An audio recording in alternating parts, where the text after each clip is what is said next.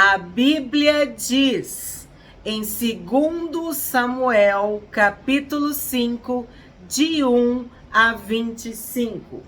Então, todas as tribos de Israel vieram a Davi em Hebrom e disseram: Veja, somos do mesmo povo que o Senhor, ó rei.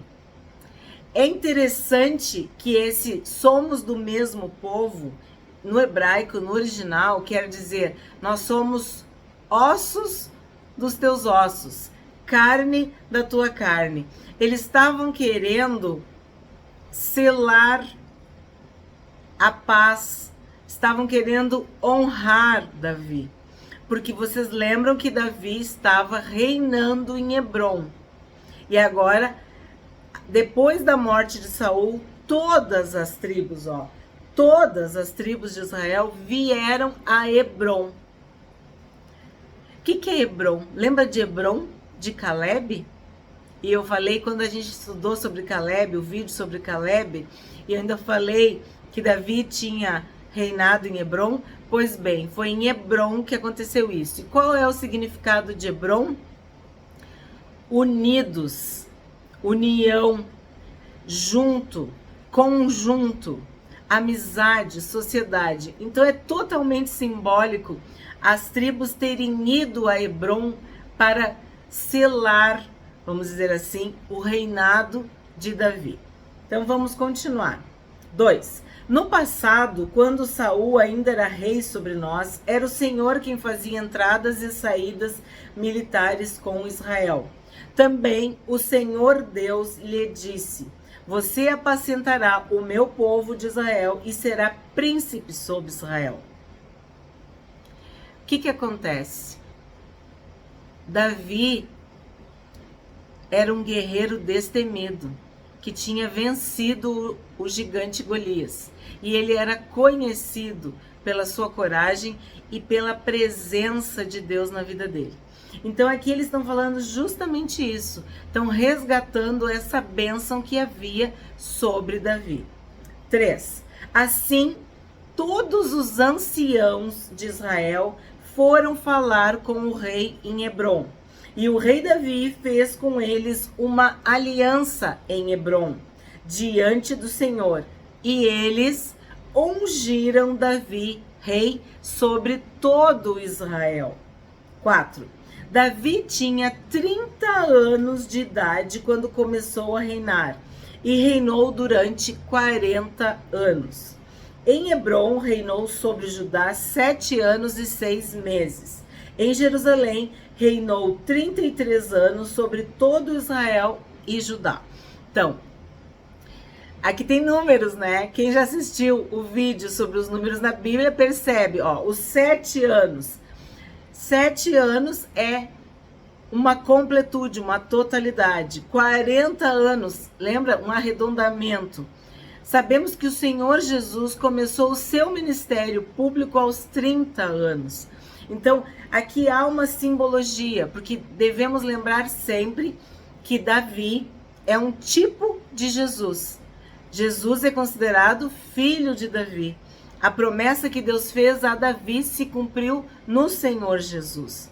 Então, aqui tem toda uma tipologia falando sobre esses 30 anos de idade quando Davi começou a reinar.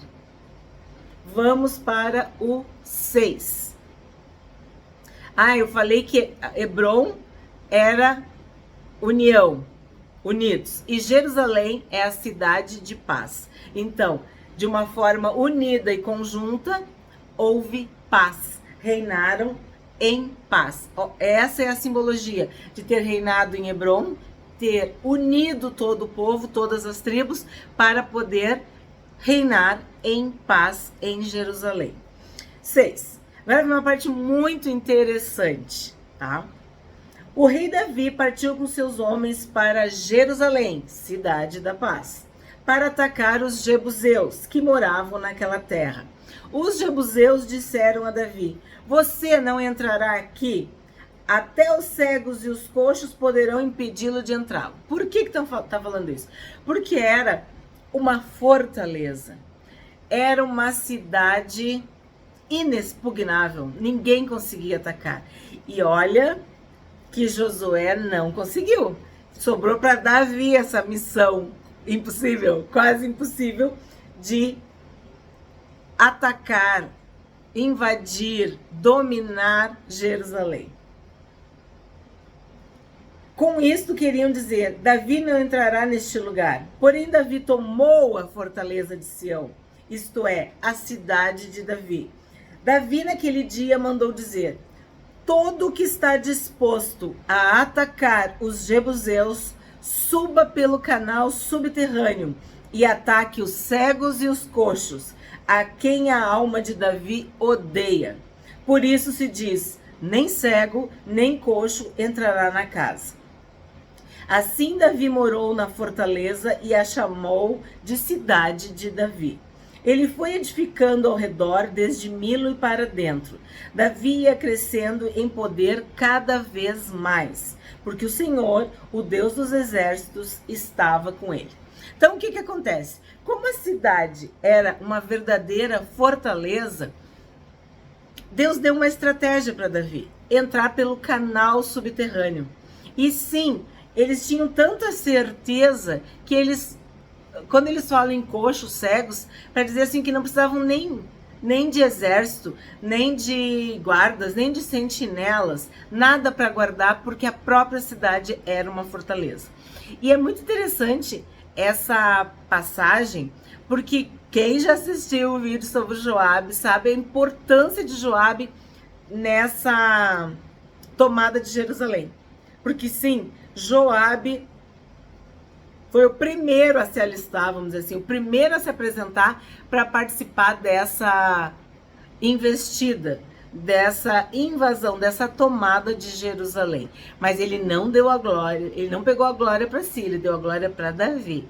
Que no vídeo sobre Joabe a gente também fala sobre isso, que ele teve altos e baixos, mas a lealdade dele com Davi nesse episódio foi muito bonita. Então, foi uma estratégia, foi uma logística que Davi fez para tomar Jerusalém. E aí é importante uma explicação. Quando Davi estava fugindo da face de Saul, ele se abrigou em Hebrom, porque Hebrom ficava fora da rota. Então ele poderia ficar em paz lá em Hebrom. Quando ele é agora ungido rei sobre todo Israel, era o contrário, ele precisava estar numa capital, vamos dizer assim, no centro, numa cidade que atendesse o norte e o sul de Israel, as tribos do norte e as tribos do sul. Então ele precisava deixar bem claro que ele não era agora um rei só daqueles que tinham ficado do lado dele. Ele era o rei de toda a nação, de todo o país. E a posição geográfica de Jerusalém era perfeita, era estratégica. Então, era necessário tomar, subjugar, invadir Jerusalém e sim, expulsar os jebuseus, porque ali se tornou a sede do governo. Por isso, cidade de Davi. E repetindo, Caleb tomou conta de Hebrom, mas Josué não conseguiu expulsar os jebuseus de Jerusalém. Porque estava escrito, essa seria a cidade de Davi. Agora vamos para 11. Irão, rei de Tiro, enviou a Davi mensageiros, madeira de cedro, carpinteiros e pedreiros.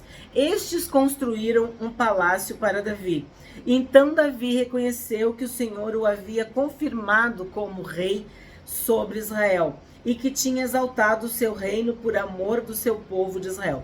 Aqui mostra que houve um reconhecimento também pelo rei de Tiro.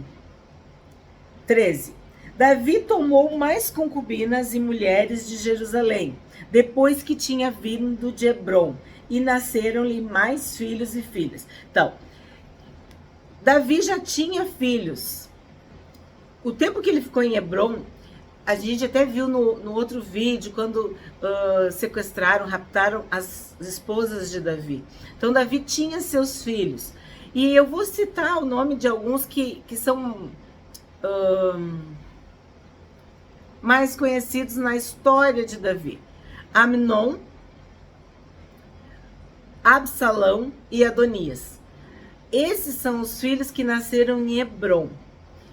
E aí o que acontece? A gente também já tem vídeo no canal sobre Abigail, que era viúva de Nabal. Ela também deu um filho para Davi, Quileabe. Então ele tinha filhos, ele teve filhos em Hebrom. E agora fala dos filhos que ele teve em Jerusalém. Ó, são estes os nomes dos filhos de Davi que nasceram em Jerusalém: Samua, Sobabe, Natã, Salomão, Ibar, Elisua, Nefeg, Jafia, Elisama, Eliada e Elifelete.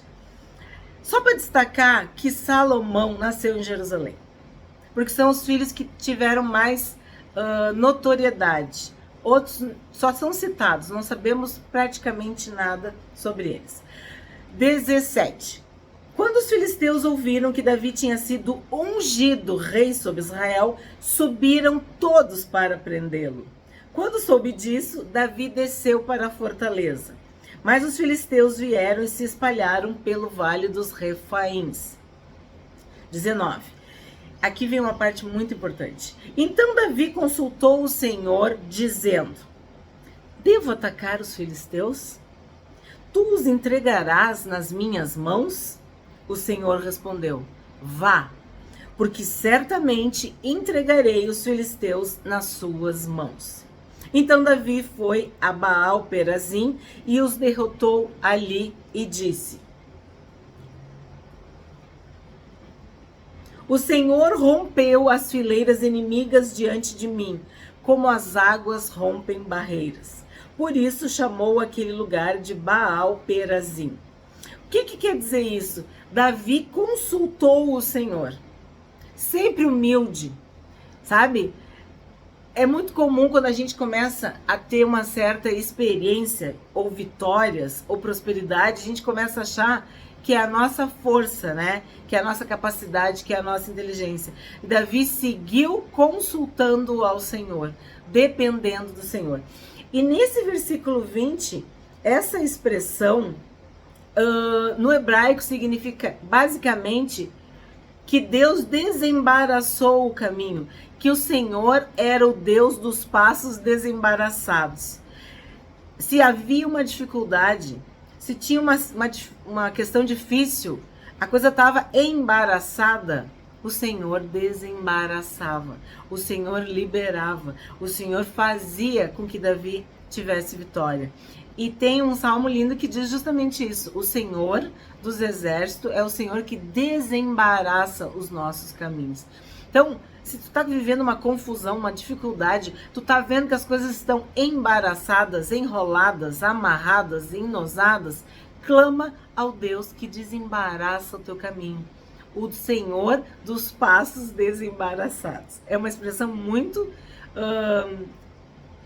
forte, simbólica, e que nos ensina que, às vezes, o que o inimigo faz? Isso, ele amarra, ele faz nó, ele embaraça, ele faz uma confusão.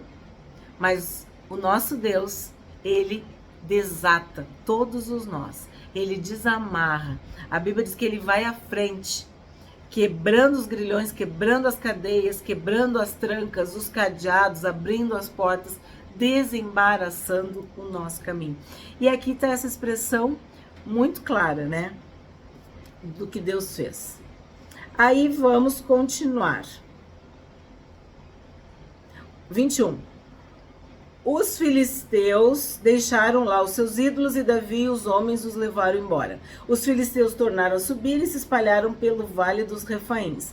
Davi consultou o Senhor e este lhe respondeu: não, olha só, não os ataque de frente, mas rodeie por detrás deles e ataque-os por diante das amoreiras. Olha só aqui, amoreiras são árvores, né? Deus deu uma estratégia aqui para Davi, que também é uma lição para nós. Pedir direção de Deus. Às vezes tu tem que ir de frente, tu tem que bater de frente. Outras vezes tu vai ter que contornar, tu vai ter que fazer uma volta, tu vai ter que dar uma quebrada, mudar o caminho, para pegar o inimigo, vamos dizer, desprevenido. O que Deus falou aqui sobre as amoreiras. Nesses últimos dias nós tivemos tempestades terríveis aqui em Porto Alegre. Nós aqui, inclusive, sofremos muito, ficamos muitos dias sem luz, sem energia elétrica. E nós vimos árvores gigantescas, enormes, tombarem, raízes viradas para cima, para fora. E a gente, as pessoas, nós, os moradores, víamos as marcas da destruição no tronco das árvores e nos galhos das árvores. E eu pensava, e ao mesmo tempo agradecia a Deus, se não fosse aquelas árvores, que sim, muitas caíram, fizeram estragos, teria sido a casa, teria sido o prédio, teria sido o muro, teria sido os vidros, porque elas lutaram bravamente para segurar aqueles ventos. E a gente via as marcas, vamos dizer assim, as cicatrizes que ficaram nas árvores. E aqui, quando ele fala das amoreiras, ó, e ataque-os por diante das amoreiras, é como se Deus tivesse feito uma fileira, uma barricada, uma barreira, uma proteção com as amoreiras, no caso de Davi. E no nosso caso aqui com as árvores. E várias vezes, Porto Alegre não foi destruída de uma forma mais intensa, porque essas árvores são verdadeiros escudos. Elas se retorcem, se quebram, se racham, se espatifam para segurar aquele vento. E aqui tá falando, olha o que vai acontecer no 24. E quando você ouvir um barulho de marcha pelas copas das amoreiras, entre logo em ação. É o Senhor que saiu à sua frente para atacar o exército dos filisteus. Davi fez como o Senhor lhe havia ordenado e atacou os filisteus desde Geba até Gezer. Então, tem um mistério aqui, tem um sobrenatural, tem um poder aqui nessa estratégia que Deus deu para Davi e as amoreiras. Muitas interpretações, muitos achismos. O que eu sei é o seguinte, que Deus, do Gênesis ao Apocalipse, ele fala de árvores e das árvores. Não é à toa que o pecado veio por uma desobediência, não era para tocar na árvore, né, do conhecimento do bem e do mal. No Apocalipse temos árvore, enfim. Tem uma simbologia. Os filhos de Deus são comparados a árvores. E aqui nessa batalha específica, Deus faz um livramento a partir das amoreiras, das copas das amoreiras. O vento, o poder, o ruído, o barulho, depende da tradução que tu tem aí, era do alto das amoreiras. O que tu interpreta? O que tu entende dessa situação, né? O que nós podemos aprender hoje com esse capítulo 5? Que Davi foi ungido rei de Israel por todas as tribos. Enfim, todos se renderam à vontade de Deus, porque Deus havia escolhido Davi. Deus havia rejeitado Saul e escolhido Davi. Lembra? Eu escolhi alguém melhor do que tu. Foi o que Deus falou para Saul. Davi tomou a cidade de Jerusalém, a fortaleza de Sião. E Davi tinha êxito, sabe por quê? Porque ele consultava o Senhor. Ele se humilhava, ele pedia direção. Eu vou, eu fico, eu faço assim, eu faço assado. Eu vou pela frente, eu vou por trás, eu vou pelo lado. Eu vou pelo canal, é subterrâneo. Como que eu ataco o meu inimigo? Me dá uma estratégia, me ensina. Ele pedia para Deus, assim como foi com o gigante. E o Senhor respondia a Davi. Antes das batalhas, Deus dava direção, Deus dava estratégia, Deus dizia como que tinha que fazer, como que tinha que ser. E Davi obedecia. E por isso Davi vencia, porque o Senhor dos exércitos era com Davi. O Senhor dos exércitos luta as nossas guerras. Ele nos defende. E assim como ele foi com Davi, ele é com cada um de nós, com cada um dos seus filhos e filhas.